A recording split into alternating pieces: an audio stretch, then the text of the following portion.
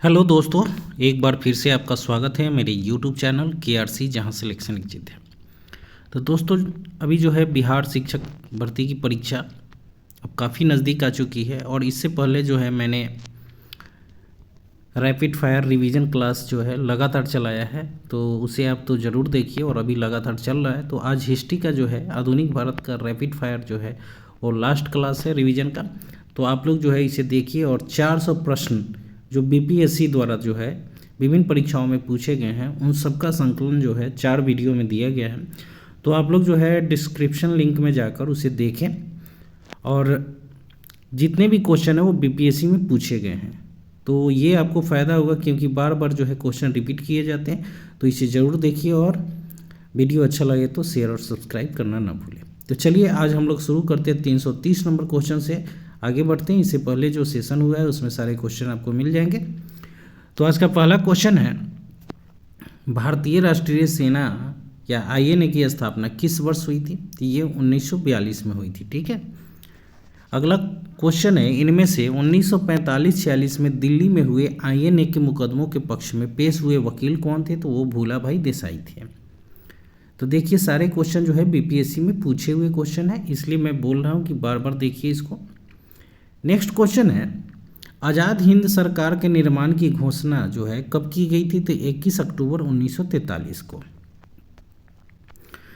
Next आगे बढ़ते हैं, 1943 में आज़ाद हिंद फौज INA अस्तित्व में आई थी कहाँ पर? तो सिंगापुर में। ठीक है, सिंगापुर में। नेक्स्ट है, INA किसके दिमाग की उपज थी और किसने इसकी स्थापना की थी? तो ये डॉक्टर मोहन सिंह। ठीक है, कहीं कहीं आपको कैप्टन मोहन सिंह भी लिखा हुआ मिलेगा। ठीक। नेक्स्ट है, फॉरवर्ड ब्लॉक की स्थापना किसने की थी? तो सुभाष चंद्र बोस के द्वारा किया गया था फॉरवर्ड ब्लॉक की स्थापना। फॉरवर्ड ब्लॉक किसके द्वारा स्थापित किया गया था? तो सुभाष चंद्र बोस के द्वारा। देखिए ये क्वेश्चन जो है 67वीं BPSC 2022 में पूछा गया था। तो ये क्वेश्चन जो बार बार रिपीट होता है, इसलिए मैं बोल रहा हूँ कि इस सेशन को जरूर देखिएगा। 400 क्वेश्चन है, ज़्यादा टाइम नहीं लगेगा, 1 घंटे में आप 400 क्वेश्चन देख सकते हैं। सुभाष चंद्र बोस के नाम के पहले सम्मान सूचक नेताजी किस देश में जोड़ा गया था? तो ये जर्मनी में। ठीक है, नेताजी की जो उपाधि मिली थी इन्हें जर्मनी में मिला था, ये ध्यान में रखेंगे। सच्चिदानंद सिन्हा किसके साथ जुड़े हुए थे? तो ये इनमें से किसी के साथ नहीं जुड़े हुए थे। ठीक है, सच्चिदानंद सिन्हा जो थे वो किसान आंदोलन से जुड़े हुए थे, तो इस ऑप्शन में है ही नहीं। अखिल भारतीय फॉरवर्ड ब्लॉक की स्थापना के लिए सुभाष चंद्र बोस से कौन जुड़े और INA आंदोलन के साथ भी जुड़े रहे? तो वो थे सीलभद्र याजी। सीलभद्र याजी। सुमेलित करना है, बारदोली कहाँ है, चौरी चौरा कहाँ है? तो देखिए चौरी चौरा जो है उत्तर प्रदेश में आपको गोरखपुर डिस्ट्रिक्ट में मिल जाएगा। उसके बाद जो है का आंसर पहले देख लेते हैं, 2 4 1 3। ठीक है, 2 4 1 3। तो बारदोली जो है गुजरात में है, चौरा चौरी उत्तर प्रदेश में, यरवदा महाराष्ट्र में और नोआखली जो है वो पश्चिम बंगाल में है। तो इस तरह से इसका आंसर जो हो जाएगा ऑप्शन सी हो जाएगा, 2 1 4 3। ठीक है।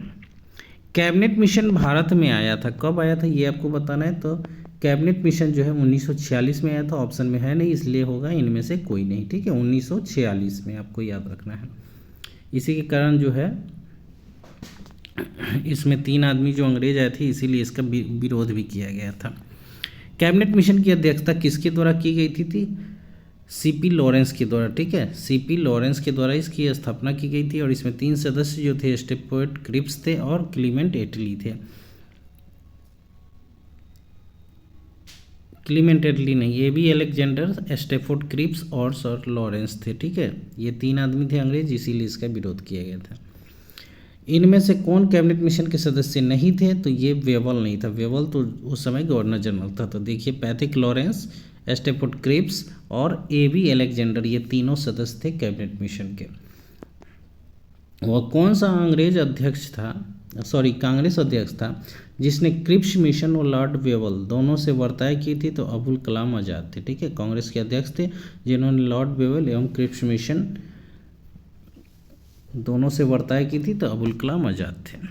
अगला पॉइंट है, अंग्रेजों द्वारा भारतीयों को 1947 में सत्ता हस्तांतरित किए जाने के समय कांग्रेस के अध्यक्ष कौन थे? तो JB कृपलानी जी थे। ठीक है, JB कृपलानी। अगला पॉइंट है दोस्तों, भारत के विभाजन के समय भारतीय राष्ट्रीय कांग्रेस का अध्यक्ष कौन था? तो जेबी कृपलानी जी थे।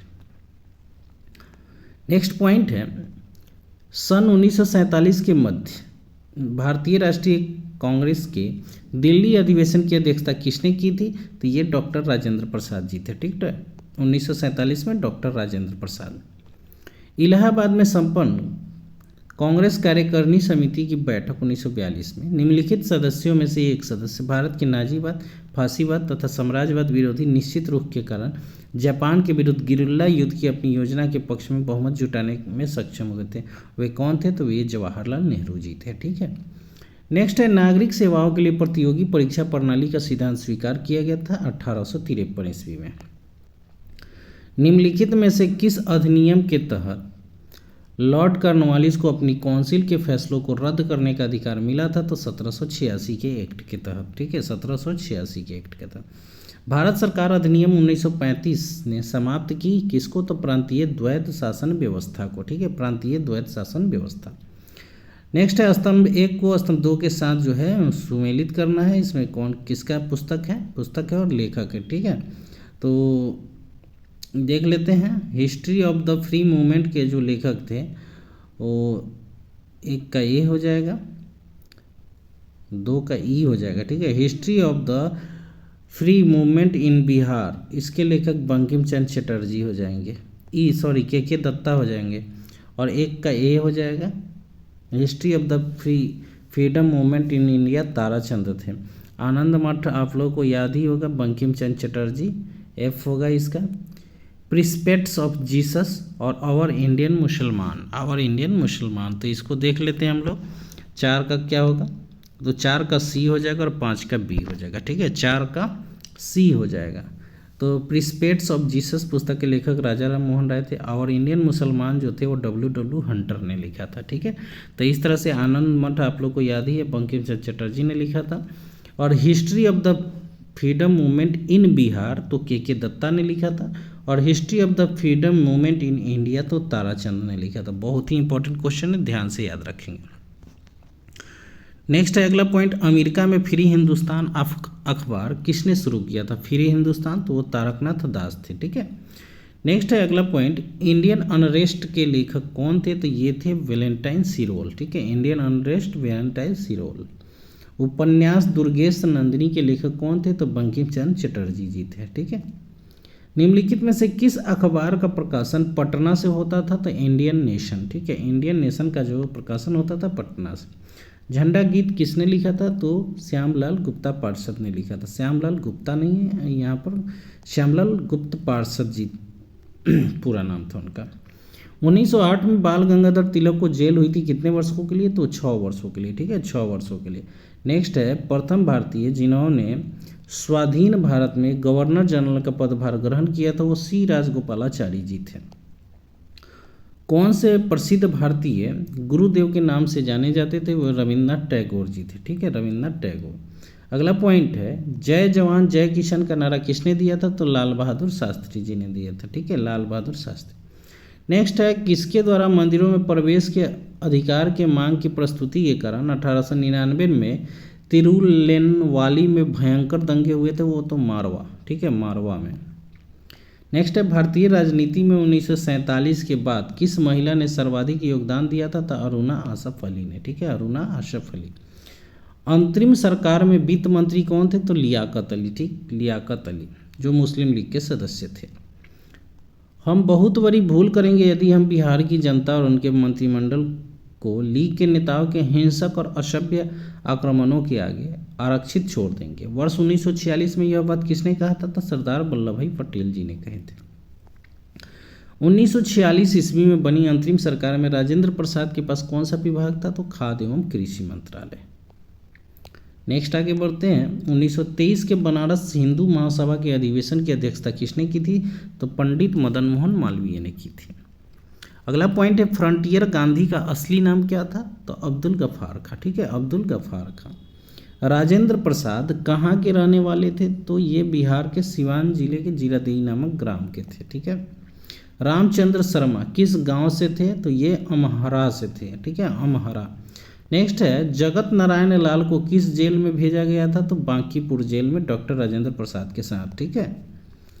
नेक्स्ट अगला पॉइंट, विश्व में शांति और आपसी सहयोग स्थापित करने के लिए नेहरू जी ने कौन सा सिद्धांत प्रस्तुत किया था, तो गुट निरपेक्षता का। ठीक है।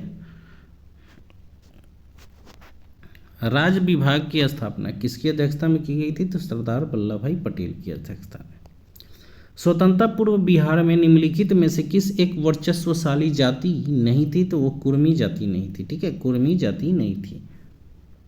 अगला पॉइंट है देवबंद के उस विद्वान का नाम बताइए जिन्होंने स्वतंत्रता आंदोलन में महत्वपूर्ण भूमिका निभाई थी, तो अबुल कलाम आजाद जी थे। ठीक है, अबुल कलाम आजाद। स्वतंत्र भारत के पहले भारतीय गवर्नर जनरल कौन थे, तो राजगोपालाचारी, सी राजगोपालाचारी। नेक्स्ट है किस साल रेगुलेटिंग एक्ट पारित किया गया था, तो सन 1773 ईस्वी में। रेगुलेटिंग एक्ट कब पारित किया गया, फिर से वही क्वेश्चन है, तो 1773 में। आगे बढ़ते हैं, ब्रिटिश शासनकाल में संविधान के विकास में कौन सा कानून ऐतिहासिक नहीं था, तो protection of civil rights act 1955, ये जो था ऐतिहासिक नहीं था। भारत में मीडिया को नियंत्रित करने के लिए एक्ट कब पारित किया गया था, तो 1835 में, 1867 में, 1878 में और 1908 में। ठीक है, 35 से लेकर 1908 ईस्वी तक जो है एक्ट पारित किए गए थे भारतीय मीडिया को नियंत्रित करने के लिए। भारत की कम्युनिस्ट पार्टी राष्ट्रीय स्वयं सेवक संघ की स्थापना के क्रमशः सबसे करीबी वर्ष पहचानिए, तो वो 1925 था। Katherine Mayo, Adolf Huxley, Charles Andrews और विलियम डिग्बी के बीच आम रिश्ता क्या था, तो उन्होंने ब्रिटिश शासन के दौरान भारत की हालत पर टिप्पणियाँ लिखी थी। ठीक है, ये सारे जो है टिप्पणी लिखे थे। तो ये था जो है पूरे 382 प्रश्नों का जो संकलन है, ये सारे क्वेश्चन जो है बीपीएससी में पूछे गए हैं। आप सारे प्रश्न के नीचे देख सकते हैं और लगातार रिपीटेशन भी हुआ है उन प्रश्नों का। ठीक है, तो ये प्रश्न आपके बिहार शिक्षक भर्ती से लेकर अभी बीपीएससी पीटी का भी एग्ज़ाम होने वाला है अगस्त सितंबर के लास्ट में, तो ये सभी के लिए बहुत ही इम्पोर्टेंट है। और बीपीएससी का अगर क्वेश्चन उस लेवल का अगर आप ध्यान से पढ़ रहे हैं, तो आपके कोई भी एग्ज़ाम हो, चाहे वो बिहार एसएससी हो, बिहार दरोगा हो, या बिहार से रिलेटेड कोई भी स्टेट पीसीएस हो, किसी भी स्टेट पीसीएस के लिए काफ़ी महत्वपूर्ण हो जाता है, क्योंकि इसमें प्रश्नों का जो संकलन होता है वो काफ़ी डीपली रहता है और काफ़ी स्टैंडर्ड्स इसमें देखे जाते हैं। तो ऐसे प्रश्नों को अगर आप पढ़ लेते हैं और अगर आप किसी भी एग्ज़ाम में बैठते हैं तो आप अच्छा मार्क्स लाएंगे। तो बिहार शिक्षक भर्ती के जितने भी कैंडिडेट हैं उनसे मैं आग्रह करूंगा कि इस वीडियो को ज़रूर देखें, और ज़्यादा नहीं आपका टाइम लगेगा, 1 से 1.5 घंटे में जो है आप 400 प्रश्न देख लेंगे। ये 400 प्रश्न में कम से कम अगर आप सही से अगर करके आएंगे तो 15-20 क्वेश्चन ज़रूर पूछेंगे इससे, क्योंकि आधुनिक भारत जो है ना बहुत ही इम्पॉर्टेंट है। अगर आपका हिस्ट्री सब्जेक्ट है तो आप तो 100% 20 क्वेश्चन इससे ही बना के आएंगे, क्योंकि रिपीटेशन बार बार होता है। आप भी समझदार हैं, आप देखिएगा, आप अगर एग्ज़ाम में बैठे हैं तो आपको सारी चीज़ें जो है समझ में आएंगी। तो चलिए फिर मैं आप लोगों के लिए लेकर जो है जल्द ही दूसरा वीडियो लेकर आ रहा हूँ, जो आज करेंट अफेयर्स का होगा। बिहार से लेकर इंडियन करंट अफेयर्स का काफ़ी सिलेक्टेड क्वेश्चन का संकलन मैं कराऊंगा, जिससे आपके एग्ज़ाम में फ़ायदा हो। तो चलिए आज हम लोग इस सेशन को जो है आधुनिक भारत का सेशन यहीं ख़त्म करते हैं, जो पूरे पूछे हुए बीपीएससी के द्वारा हैं। तो फिर मिलते हैं अगले वीडियो में। अगर वीडियो अच्छा लगे तो ज़रूर शेयर कीजिएगा, सब्सक्राइब कीजिएगा, लाइक कमेंट भी ज़रूर कीजिएगा। तो धन्यवाद दोस्तों, अपनी पढ़ाई को जारी रखें और अपनी उम्मीद और अपने आत्मविश्वास को बना के रखें, लक्ष्य की प्राप्ति जरूर होगी।